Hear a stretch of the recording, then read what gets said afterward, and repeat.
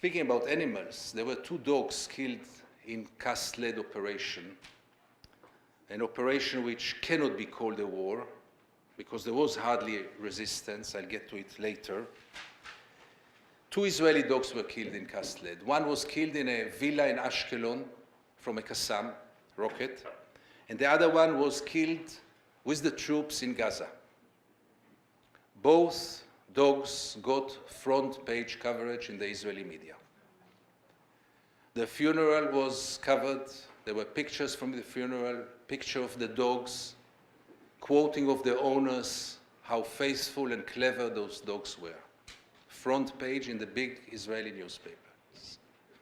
In the very same day, or days, because it was in 2 separate days, that those 2 dogs were killed, there were obviously tens and tens of Palestinians killed. Their story appeared in the Israeli press, but where and how? Page 16, page 17, no image, no picture, no names, obviously. No title in many cases, just, a byline, an end of a story. They will mention that today they were killed 82 or 85 or 90 or 100 Palestinians. And what is the message to the Israeli reader who knows that an important story appears in the front page and the less important stories appear later on? The message is very clear, and it's really horrifying.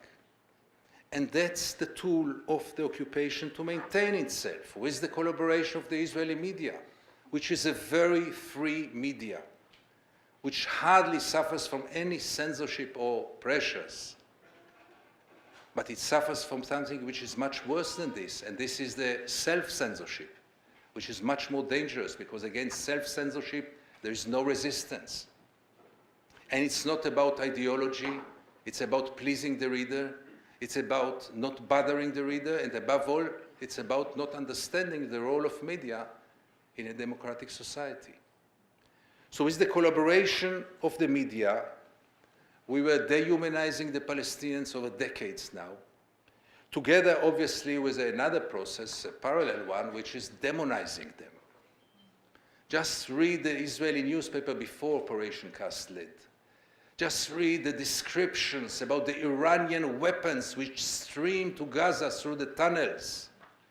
One would read those stories who might get to a conclusion that after the United States, the biggest arsenal is in Gaza.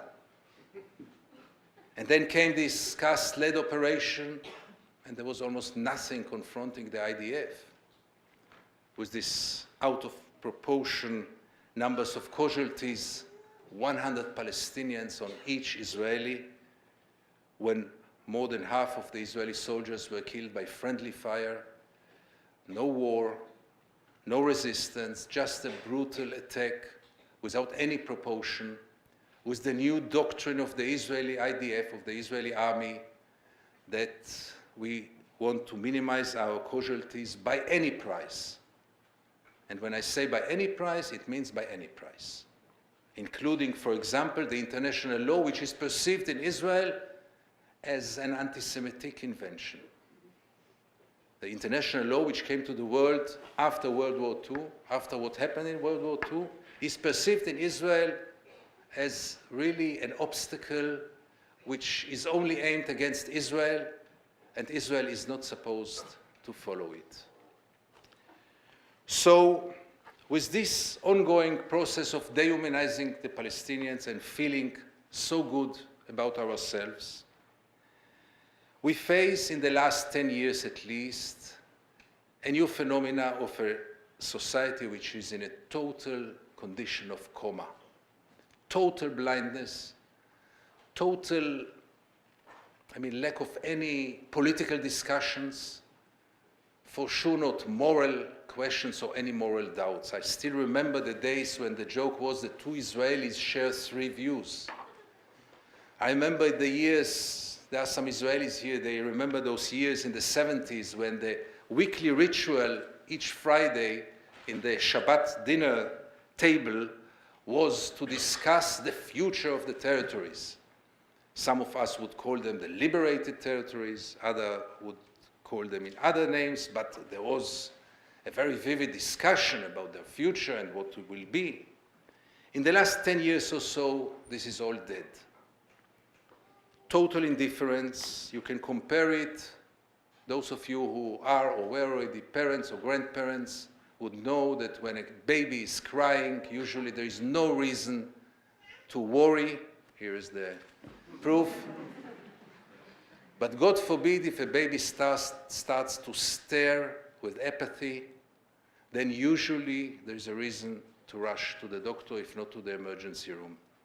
I think the Israeli society, at least in the last 10 years, is in this condition of apathy, of indifference, putting an iron curtain between itself and the occupation, between itself and raising questions like, where are we going to?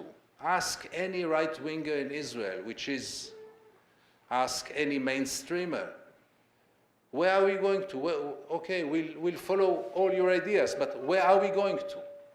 Ask the Israeli Prime Minister, what is your plan? Where do you want to go? Where do you want to reach? Let's say everything will go according to your plan. Where to? You will never get an answer because there is no answer. But there is also no discussion. So in this framework of blindness, with really phenomena which become more and more dangerous to the health of the society itself. It was in Operation Cast Lead when I was witnessing one of the most horrifying scenes I've ever seen in Israel. It was a Saturday and I went to the hills surrounding Gaza, and around, because as you might know, ever since November 2006, Israel is avoiding any Israeli journalist to enter into Gaza, which in my case is fatal. But I went at least to the hills surrounding Gaza, and the scene I saw there was one of the most unforgettable one. Hundreds of Israelis coming with their jeeps and cars, with their children, to show them the bombs which fall on Gaza, to show them the white phosphor which is coming from Gaza, to show them and to applaud to the bombardment of a total helpless civil population, a scene which repeated itself day after day there, and is just an indication to the really serious condition of the Israeli society. Part of you might remember 82, the massacre in Sabra and Shatila, not committed directly by Israelis. 400,000 Israelis are going to protest against. Today, if such a massacre would have taken place, there would be hardly 400 Israelis going to the street, if not less. Even if in Cast Lead, when all this was happening,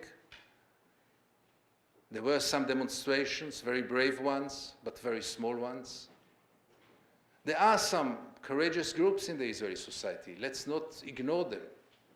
Courageous and devoted groups like Breaking the Silence and Anarchists Against the Wall and Physicians for Human Rights and the Committee Against Demolishing Houses and the Committee Against Torturing and B'Tselem and others. But they are very marginal and they have almost no influence. They are also being marginalized by the media and almost ignored.